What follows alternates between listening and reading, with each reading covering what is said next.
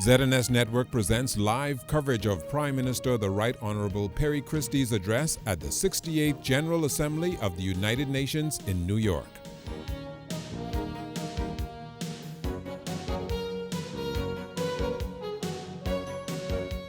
The Assembly will hear a statement by His Excellency Perry Gladstone Christie, Prime Minister and Minister of Finance of the Commonwealth of the Bahamas. May I request protocol to escort His Excellency?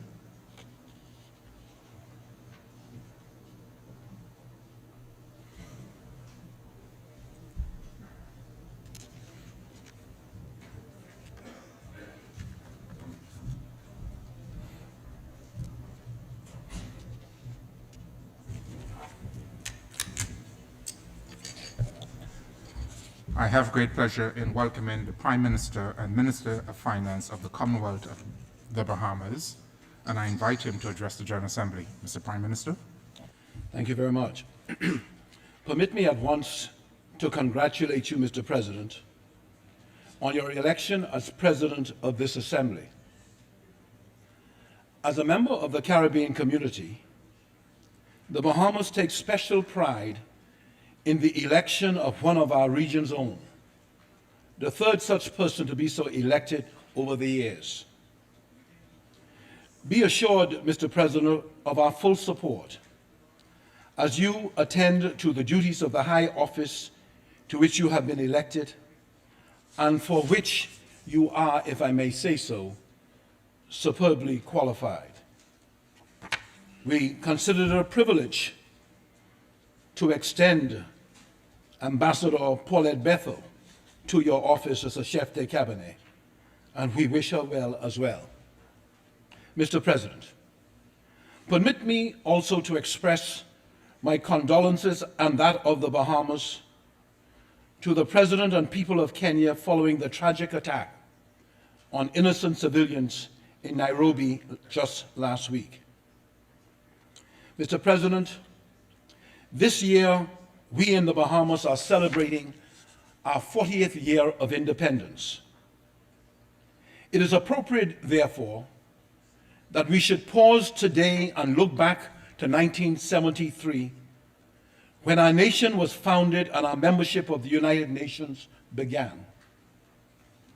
In addressing the General Assembly on October 1st, 1973, for the first time, our then Prime Minister, Sir Lyndon Pinley, spoke of our journey from the dehumanizing experiences of slavery and colonialism to the liberating achievements of freedom, majority rule, and independence.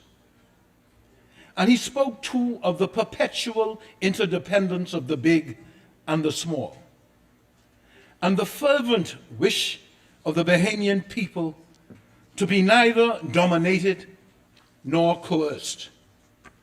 He also had this to say, and I quote, "We have the means to give new hope to mankind, to create a stable international order dominated by total and absolute political and economic self-determination, and human and moral values which make human beings paramount, not things or abstractions," end quote.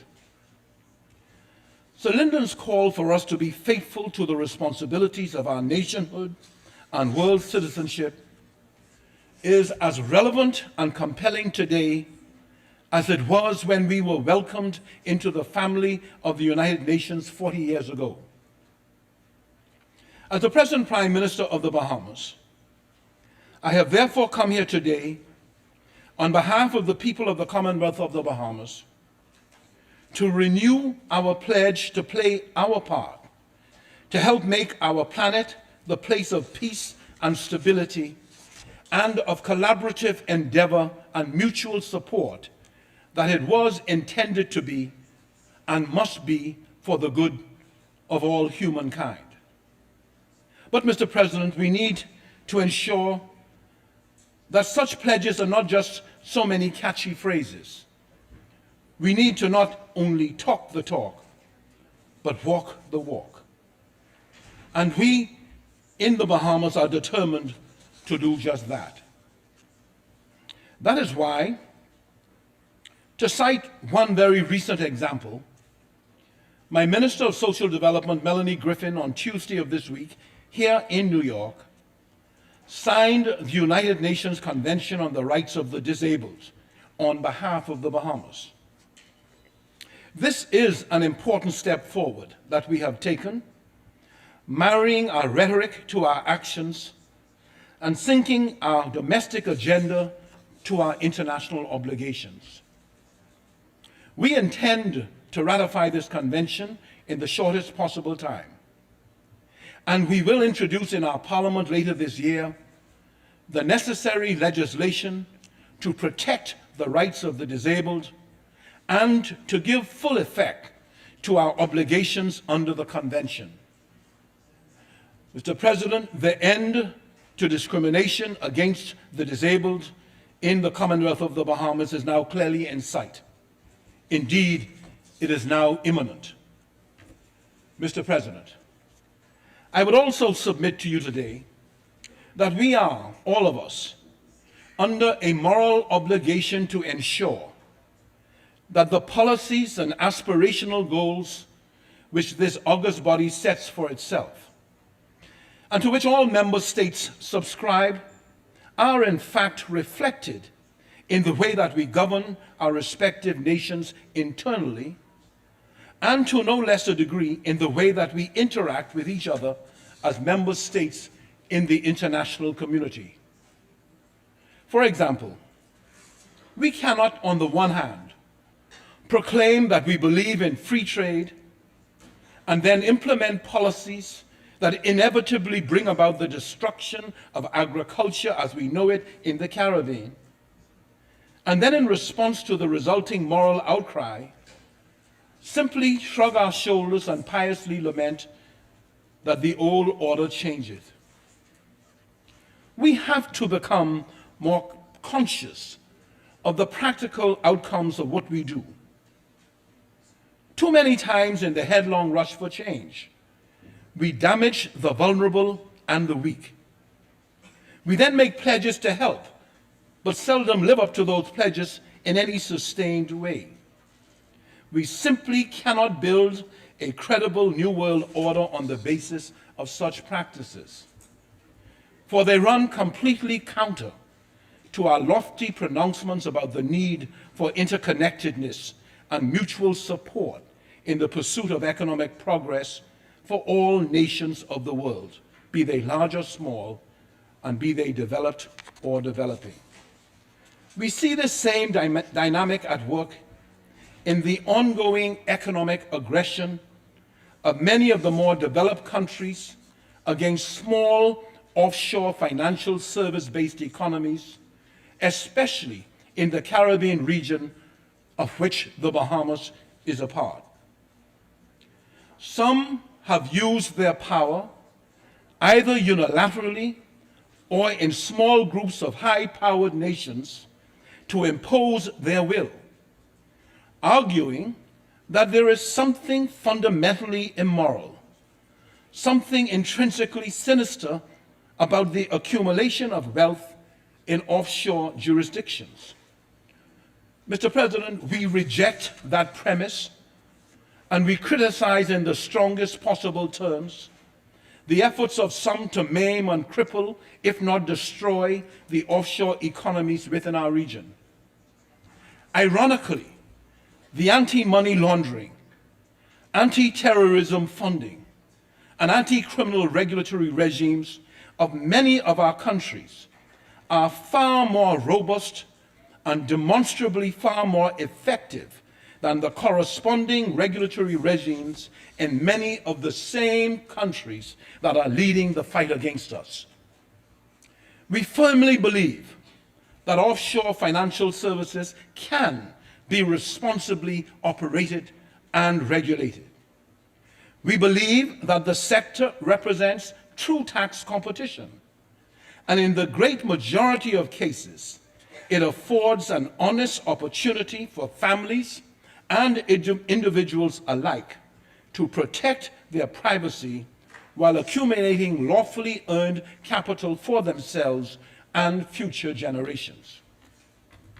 Moreover, the evidence is overwhelming that most of the investment of this offshore wealth takes place in and generally benefits the developed world. Unilateralism and diplomacy by coercion are not the way the world should be dealing with this issue. Instead, we need to challenge the United Nations to take the lead in developing and refining multilateral global mechanisms for the governance of the offshore financial services sector. Mechanisms that will meet the legitimate demands of the developed world for the protection of their fiscal systems and their need for greater security, while at the same time allowing offshore financial service economies to continue to grow in an orderly and properly regulated way. And let us not forget that the destruction of these offshore financial service economies will destabilize the countries that depend upon them for their livelihood. To destroy this sector in the Caribbean would effectively cause tens of thousands of newly empowered middle-class citizens to slip back into poverty or to migrate to the developed world. Mr. President, the middle class of which I speak constitutes the anchor of social stability for countries in our region. Take that away, and social destabilization emerges as a risk of the most ominous kind. And should that risk materialize, the developed world may well end up finding that it has only solved one problem by creating an infinitely bigger one for itself. Mr. President, the need for greater multilateralism is also evident in many of the other problems confronting the Bahamas and our region. A matter of the highest national priority for us revolves around our ongoing problem with illegal migration to our shores. We in the Bahamas suffer from the illegal migration of tens of thousands of desperate people from our sister CARICOM state of Haiti, an exodus undeniably driven by crushing poverty. We also have a problem with illegal migration from other countries in the Caribbean, albeit to a much lesser extent. Of special note in this regard are migrants from Cuba. We believe that the policies rooted in the Cold War that largely account for this migration ought to be brought into alignment with the realities of the modern era. Our archipelagic nation, though comparatively small in population, covers a vast area. With our hundreds of islands, the opportunities for illegal migration are greatly multiplied. At a time when it is imperative that we invest in the education and health and future of our people, we are forced instead to devote an ever-growing share of our resources to the problems associated with illegal migration. The Bahamas, like the rest of the world, understandably places a great deal of emphasis on the human rights of migrants. But we also believe that there must be similar concerns for the ill effects on migrant-receiving states such as ours. In particular, we are concerned about the increasingly unsustainable costs that are being incurred and the resulting erosion in the quality of life for the citizenry of the Bahamas. Our country, the Commonwealth of the Bahamas, simply does not have the financial resources and the infrastructural capacity, much less the psychological stamina, to endure this dilemma indefinitely. This should also remind us of the economic disparities within our region and of the need to intensify global efforts to eliminate poverty and structural imbalances that impede economic growth within certain segments and sections of the Caribbean. For as long as these disparities persist, illegal migration to the shores of countries that are comparatively more prosperous will continue to grow. Mr. President, another problem that is of special concern to us is the continuing influx of guns and the increase in gun-related criminality, not only in the Bahamas, but throughout the region. As a world community, there is, I am convinced, a great deal more that we can do and should be doing to fight this common menace. The Bahamas has this year signed the Arms Trade Treaty, and we encourage all states that have not already done so to sign this treaty as well.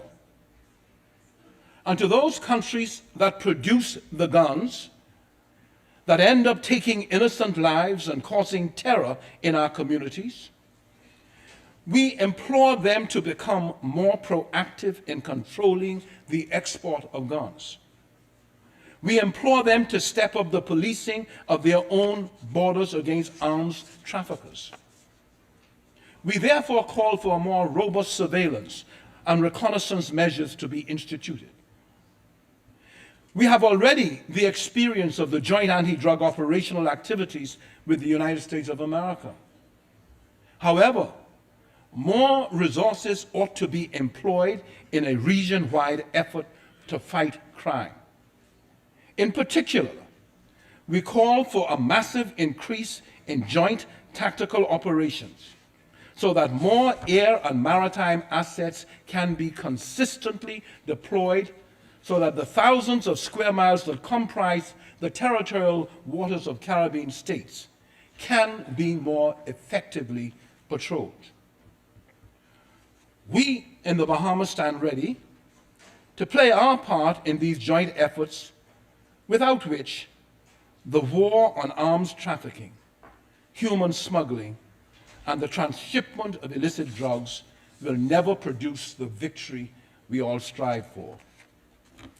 Mr. President, in a recent talk that I gave to a meeting of the International Monetary Fund that the Bahamas hosted for the region, I made the point that we must all seek to mitigate the vulnerabilities of our small states in the CARICOM region. Of particular concern in this regard, we have as yet been unable to disabuse the international financial organizations of their conviction that GDP per capita is by itself an accurate measure of the wealth of a nation or of its state of development. The result of the continuing adherence to this dogma and the policies that have flowed from it is that the international financial assistance needs of countries in our region are being erroneously assessed and misunderstood. I therefore join all of those and call again for a revamping of the criteria in this regard, so that the true financial assistance and development needs of developing countries can be evaluated in a fairer and more balanced and pragmatic way. Mr. President, another significant vulnerability for us concerns the environment and the need to address comprehensively issues of climate change. Mr. President, the Bahamas is surrounded by the sea and is low-lying. Indeed, 80% of the land mass of the Bahamas is below 5 feet or 5 feet of sea level. The implications of climate change and associated rises in sea levels are therefore obvious for my country and its people. I would submit that the world, particularly the developed world, has a stake in resolving these issues. For while countries such as ours may be the victims of climate change, we are not among the countries that are, in fact, largely responsible for the climate change that threatens our future and that of the planet. Mr. President, in the Bahamas, we are waging our own battles. We are putting our fiscal house in order. We are introducing innovative tools to fight crime. We are training a new generation for 21st century jobs. We are creating new partnerships to tackle our most pressing problems. We are aggressively pursuing renewable energy. We are revamping and modernizing our structure of governance to make it more responsive to the needs of the 21st century. And by the increased use of the referendum machinery, we are demonstrating our commitment to a deepening of our democracy. Mr. President, we are a small country with strong convictions and big ideas. But as we look beyond the borders of our nation and of the region to gaze upon the global scene, we see much eloquence and many handshakes and the ceremonial signing of one treaty after another. Rarely, however, do we see concrete steps or enforcement mechanisms with teeth. Ringing declarations have been made from Rio to Copenhagen and beyond, and we are constantly being challenged by our own citizens to demonstrate to them that real and measurable progress is being achieved at the global level. We need to see more courage. We need to see more leadership, more sustained action on the global stage. So, Mr. President, as the leader of a small but proud nation, I take this opportunity to say to the big and powerful nations, find your courage because the hour grows late. Mr. President, I thank you for your kind indulgence.